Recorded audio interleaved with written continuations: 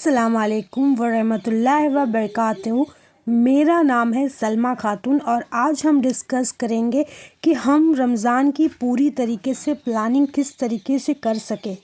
And I am very excited because ये साल का सबसे बेहतरीन महीनों में से एक है रमज़ान का महीना। और इस साल आपको मेरे चैनल पे बहुत ही बेहतरीन वीडियो मिलेंगे, तो make sure you subscribe my channel and press the bell icon also. कि ये महीना बहुत ज़्यादा प्रेशियस है, तो हमें ज़रूरत है कि हम इसकी पूरी तरीके से प्लानिंग कर ले ताकि हमारा जो वक्त है वो बेकार चीज़ों में बर्बाद ना हो।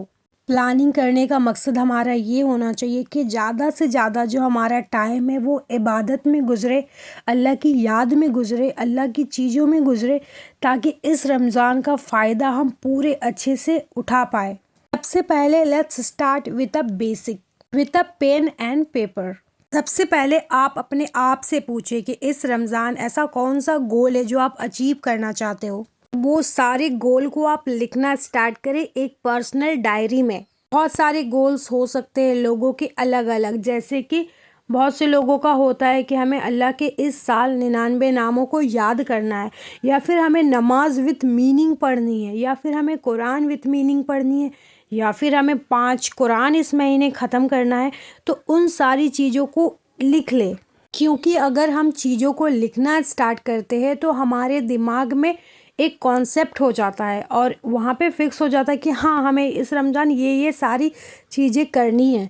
लिखने से हम चीज़ें भूलते नहीं हैं, बट अगर दिमाग में हम उसको याद करना स्टार्ट करेंगे तो ऑफकोर्स वो भूल जाएंगे, क्योंकि दिमाग में बहुत सारी चीज़ें चलती है। इसलिए एक पर्सनल डायरी ज़रूर बनाएं इस रमज़ान। बहुत से लोग लिख लेते हैं बहुत बड़े बड़े गोल, बट उनको अचीव नहीं कर पाते।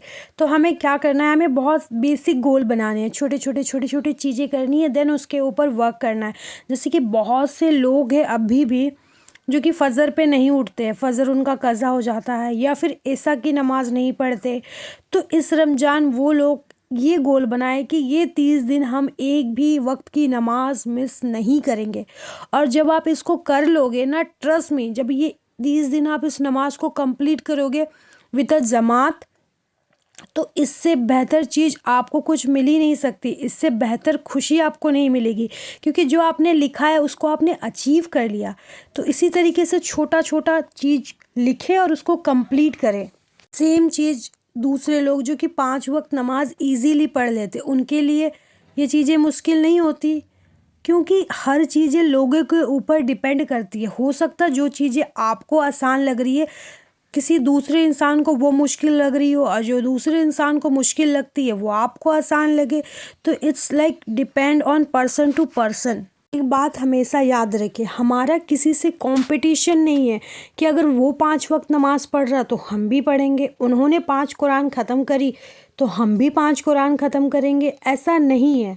और ना ही हमें इस तरीके की सोच रखनी चाहिए। And it is better and to closer to then, that is our planning, that is our goal, not for other people to competition।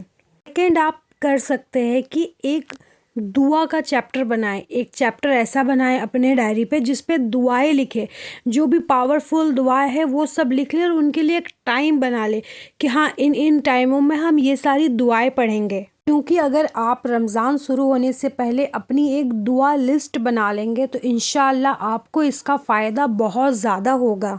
कि बहुत बार ऐसा होता है, पर्सनली मेरे साथ तो होता है कि मैं सोचती हूँ रमज़ान के टाइम पे, चाहे तहज्जुद का वक्त हो, या फिर फ़जर की नमाज़ के बाद, या ज़ोहर का, या फिर रोज़ा खोलने से पहले का वक्त हो, तो हम सोचते हैं कि ना कि कुछ दुआएं पढ़ ले, लेकिन उस टाइम पे आता ही नहीं कि कौन सी दुआएं पढ़े, कौन सी दुआ पढ़ने से हमें ज़्यादा बेनिफिशियल होगा।